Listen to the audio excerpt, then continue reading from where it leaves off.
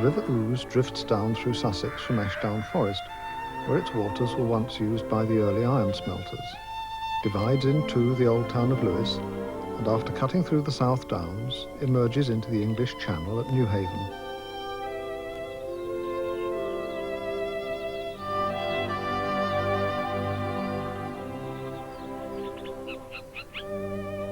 This is calm and placid countryside, and the stretch of the river between Lewes and the sea is dotted with quiet Sussex villages and fertile, productive farmland.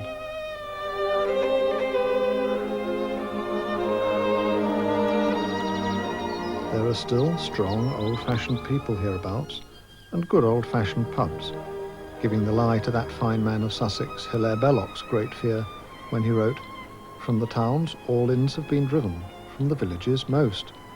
Change your hearts or you will lose your inns, and you will deserve to have lost them. But when you have lost your inns, drown your empty selves, for you will have lost the last of England." Happily, good pubs and inns survive in the Ouse Valley.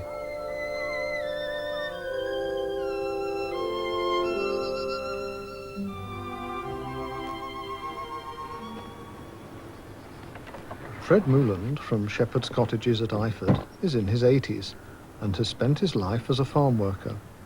He's still a keen gardener and enjoys the company of his golden pheasant Tommy and of his donkeys Jenny and Bambi, which he sometimes uses to do the heavy work. I started off as a cowman at the age of 8. I had to get up, milk and milk in the mornings during the 1914-18 war. Then after that, I took to horses, and I was driving horses for 3 different people. My father, I used to do a lot of colt breaking.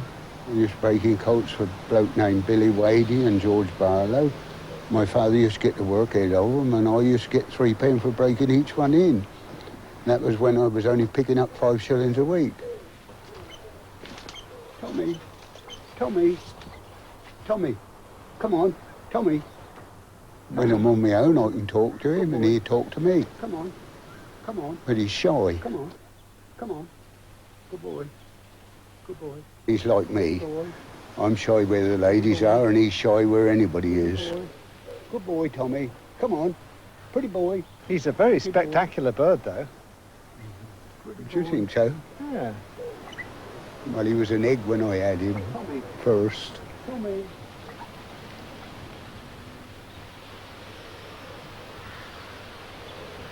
What's this Guinness Book of Records pumpkin? I'm trying to beat it. Whether I will or not, I don't know. Yes, they're over 100 weight each, I should think, by the one I had before. I got one in a wheelbarrow in a photo I can show you, and that weighed 115 pounds. And how about the weather at the moment? Is this rain going to put a bit of weight on your pumpkins? I hope so, because they absorb a lot through the leaf as well as through the root.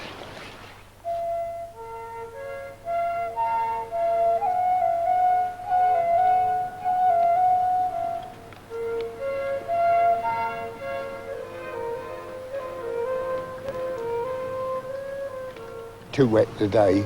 It's best when they can walk easy. Their old feet sunk in. They've got small ones, you see. And being so wet, that's why I use the little arrow instead of the big one, because when they put the extra pressure on, they went right down as deep as it was ploughed. Can you get donkey harness? Yes, but it costs you £1,000 to harness each one. Where did yours come from, then? I made it. Out of what? You know, scrap. A pair of cord trousers and binder twine and sawboat.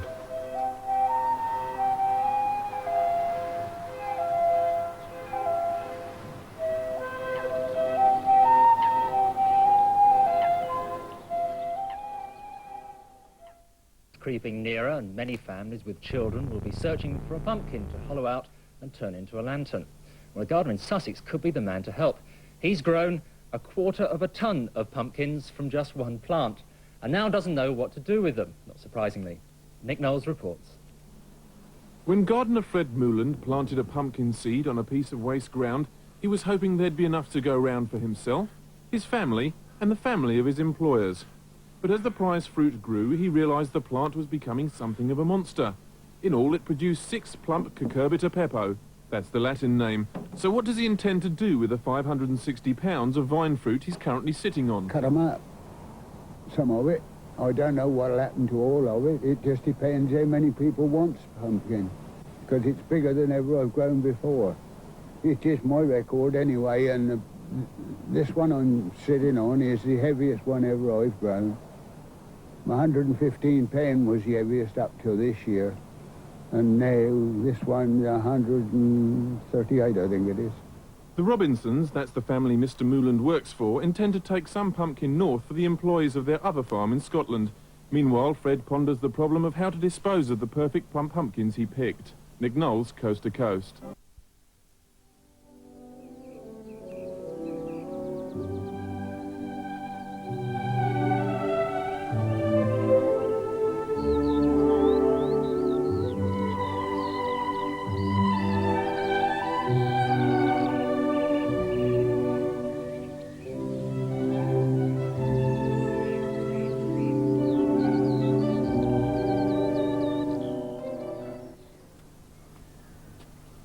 Fred Mouland was born 81 years ago into a farming family in Dorset. The eldest of 4 boys, Fred learned little at school, but was fluent in all the agricultural skills by the time he reached his teens. He longed to be a professional footballer, but made do with a more rural career. His particular pride and joy was caring for the team of heavy horses on his father's farm, despite the poor pay. You had to work hard, and you only got just what you earned. My wages was 38 shillings a week when I got married. You had to do the ploughing, the sowing, everything on the land. After marrying, he settled down as a farmhand on a large estate at Iford village on the banks of the River Ouse near Lewes. Over the years, he has done virtually every job going on the farm. Despite his age, Fred is still actively employed as a gardener and a handyman around the estate and village. His allotment yields prize-winning vegetables year in, year out, thanks to hours of back-breaking effort and country cunning. And he always has his animals to keep him company. Tommy, pretty boy. I always have loved animals, any sort of animal. No, come on. Yeah. He's a golden pheasant, and he was an egg. And he talks to me when I'm on my own, and he's a pet. I had him brought here as an egg, put him under a bantam, and I got Tommy. And he's been my stock bird ever since. Come on. Every morning when I go there, open the door, he jumps up on that board, and he doesn't tempt to come out. Give more. It's like any pet. Come on. Come on. You take to each other. Come on. Bit more. Yeah, I like to see stuff grow. I always have. When I first left school, instead of being a cowman, I wanted to be a gardener. But in that day and age, you had to do what Father said. So it was a cowman I had to be, till I went with the horses. I grow all sorts out there. At the present day, I got carrots, parsnip, beetroot, broad beans, dwarf beans, peas, shallots.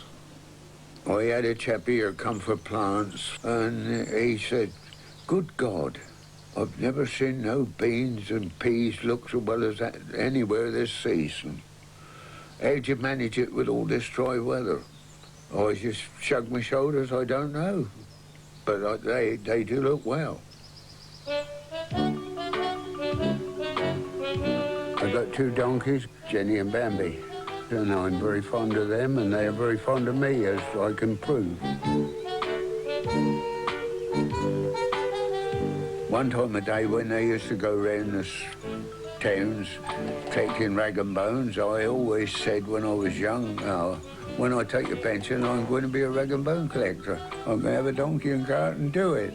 Well, I've got my donkeys, but the trades are gone. there's no cart. And it is an old thing too, is to get half rot. Only I've been so long making it, they got rotted in the process, because it's been outside.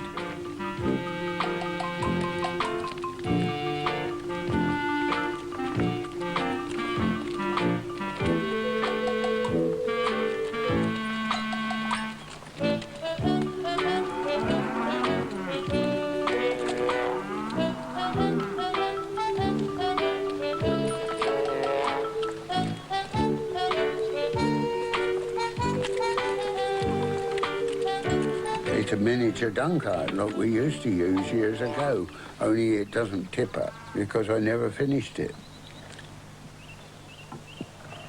I should be going down the old spinney and get wood down there with a chainsaw, saw up a lot. Then when I think I got an afternoon's work for the 2 donks and myself, with a bit of luck, we'll make about 3 trips down there of an afternoon, and then I should have enough wood to last me to winter.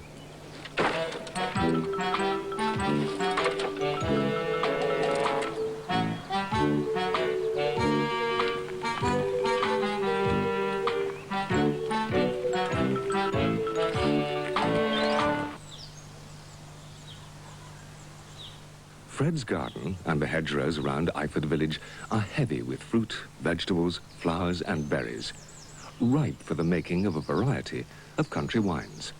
It's Fred's hobby, and one which he pursues with enthusiasm and pride.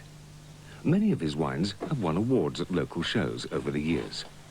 I make all sorts. I make quince, I make elderberry, rhubarb, gooseberry, Mayflower champagne, elderflower champagne, beetroot wine and parsnip wine.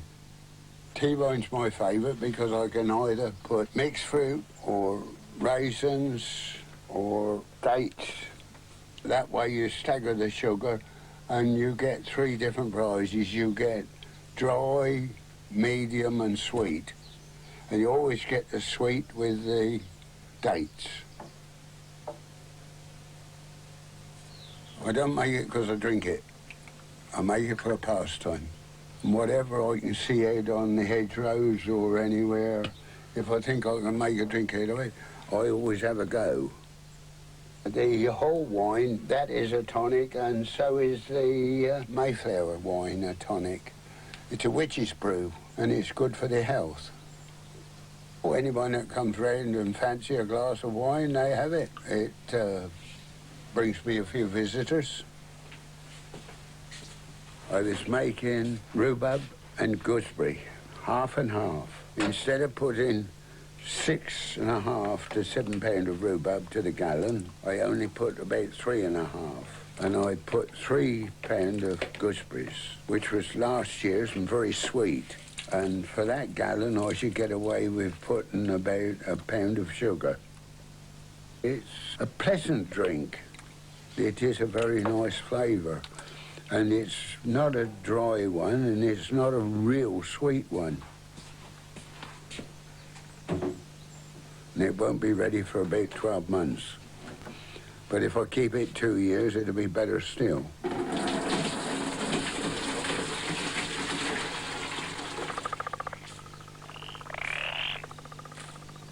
This is Rice Brooks. We always used to graze it all, but now, since they cut down with the herds, they use it for corn as well as grass. They do sort of lay farming down here now.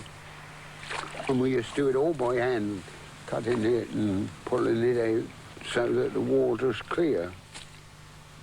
It's very nice down here in the summer, but not in the winter. It's too wet and stodgy. But on the downs, you can nearly always find somewhere up there to walk without getting dirty. And on a clear day, you can see so much further. When I used to come out early and do the dairy, you could see the rice bank from home, but all this used to be like level with mist, where it laid in the valley. You can sit here and relax, you can see the water, you can see all the scenery, you can look up on the Mount Cavan, you can watch the motorway, see the traffic go along, and It's like being in heaven, you're in peace. You hear the frog every so often.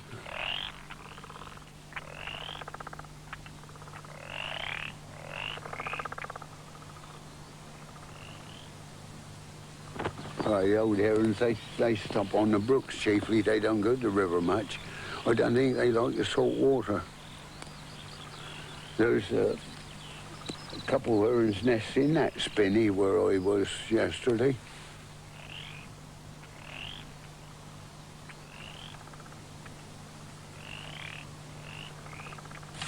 I have semi-retired, though I work harder now than I did before.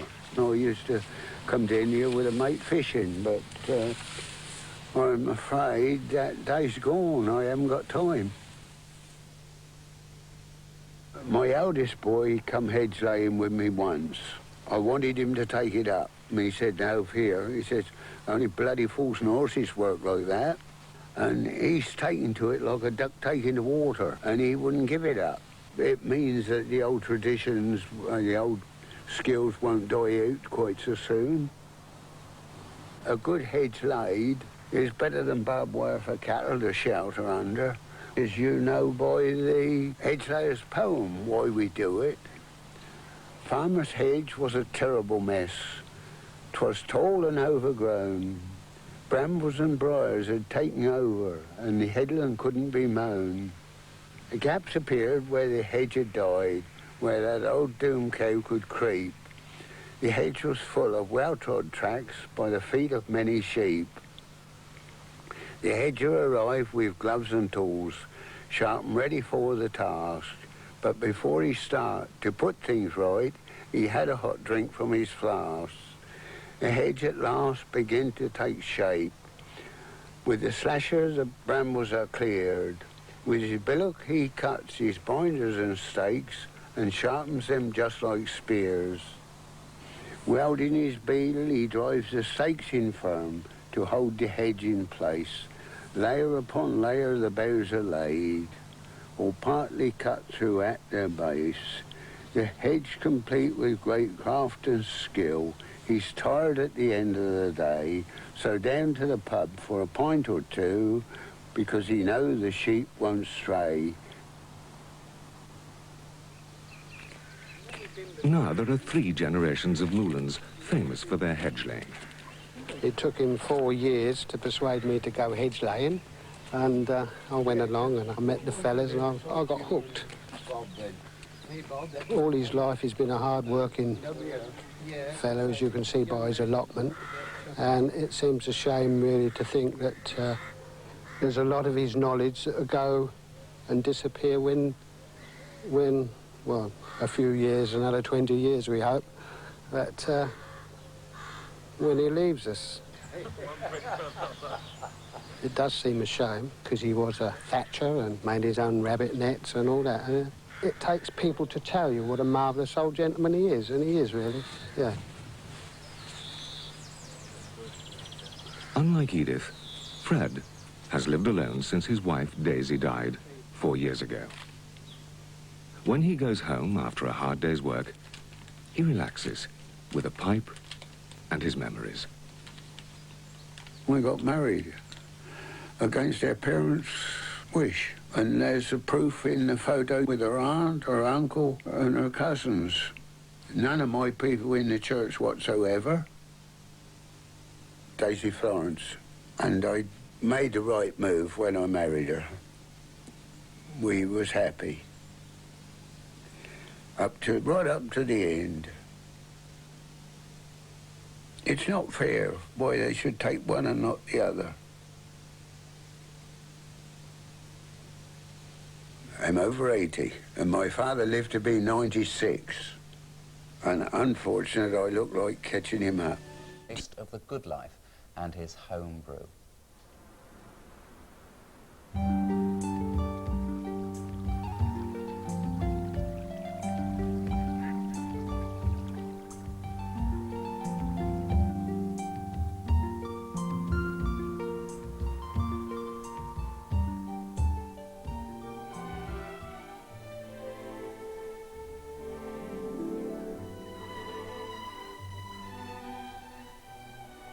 Since I moved to East Sussex, I've spent most of my time on the downs. I've lived in Iford now roughly 40 years, and I don't expect I should live anywhere else. We've been doing the family tree, and right through all the generation, as far as we can tell now, I am the oldest one living. I've been hedgelaying roughly about 60 years.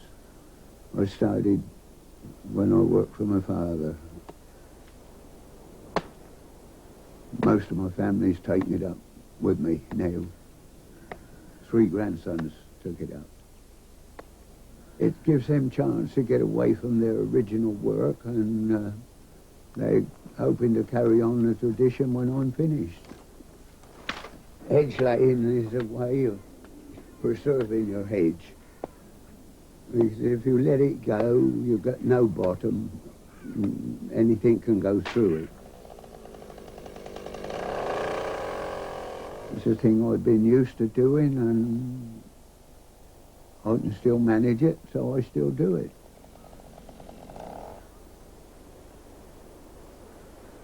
Don't want it to die out. Now the government are giving grants, there's more of it being done.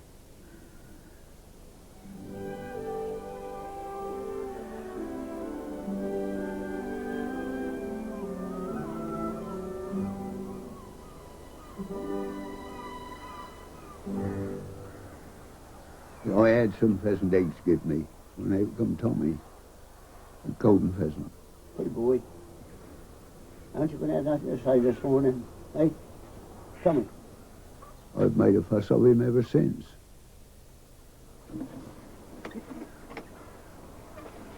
Come on, freak, freak, freak. Freak, yeah, I don't know how he come like that. But he's just as friendly as Tommy.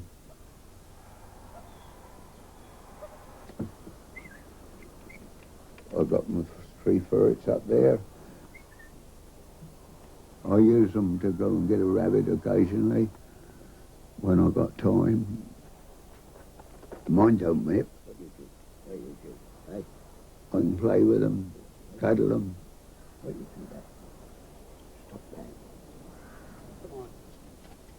I've got 2 donkeys, which I mess about with here on the allotment when I feel like it, to break the monotony of their life. Bambi and Jenny, they're 2 faithful friends. But they place me up sometimes. She's happy and it keeps your mind occupied.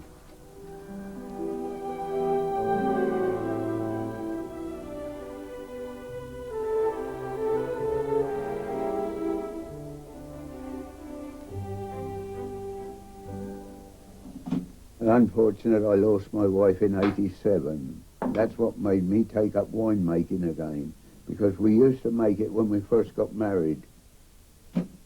Quince wine, you just cut them into 4, soak them in a gallon of cold water for 7 days, strain them off, add your sugar, bottle it up, cork them loosely for a start, and then when they stop fermenting, put your corks in. There's not many quince about, but it's a pleasant drink. Tea wine, carrot wine, parsnip wine. I've had very few failures. It's a good pastime. You've always got plenty of friends that come and sample it. I never am going to retire completely, because I can't bear to sit about. I don't want to be a cabbage like some I know. I've got plenty to do.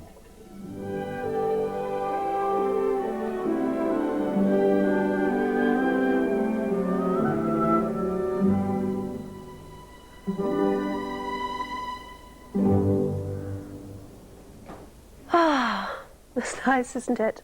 And look, Fred's given me a bottle of quince wine. Or not just me, it's for Nick as well. That should pick us up. My goodness, that smells strong. I'll try a bit of that later on. Don't worry, I won't have too much.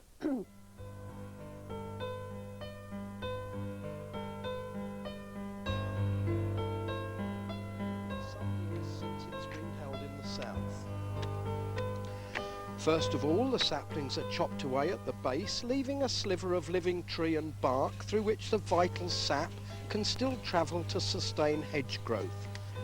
Using this flexible hinge, the saplings are bent over to form the body of the hedge, and it requires a surprising amount of effort to get them to lean in the required direction in spite of such a tenuous link. The competition has attracted over 60 entrants of all ages, and each man has been allotted a 10-yard stretch which he must transform in little over 4 hours. Are you enjoying it? Well, we've got to, ain't it? How old are you, if that's not a rude question? That ain't a rude question. I was 80, the 30th of May this year. But we got a young man up there further who's 5 years older than me, my old mate Fred. Will you beat him? I don't know yet. He's had 5 years running start on me, hasn't he? And on my way to see Fred, I came across possibly the most ingenious use of a shepherd's leg crook. How long have you been cutting hedges, Fred? 60 years. How old are you now? 85. Why do you keep doing it? Well, if you don't keep on, the youngsters won't take it up, will they? I got a son and 2 grandsons doing it, so I've got to keep going. By now the hedge was... It's shelter for cattle. It's a good stock fence. If it's looked after properly, it's better than that old barbed wire. But Nelson, one of the thoughts behind making a programme about rural craftsmen and the passing of the generations was to come down to this part of the world and film yourself and a good friend of yours, Fred Mouland. Yeah. And with a certain poignant irony, dear Fred passed away. Yes. Last weekend. Yes. He was a great pal of yours, wasn't he? Oh, yes. Whenever we met, he used to throw his arms round my neck as if I was his long-lost brother. Yeah, he and I used to think a lot the same. Yeah. He was a good gardener, and he was a good friend.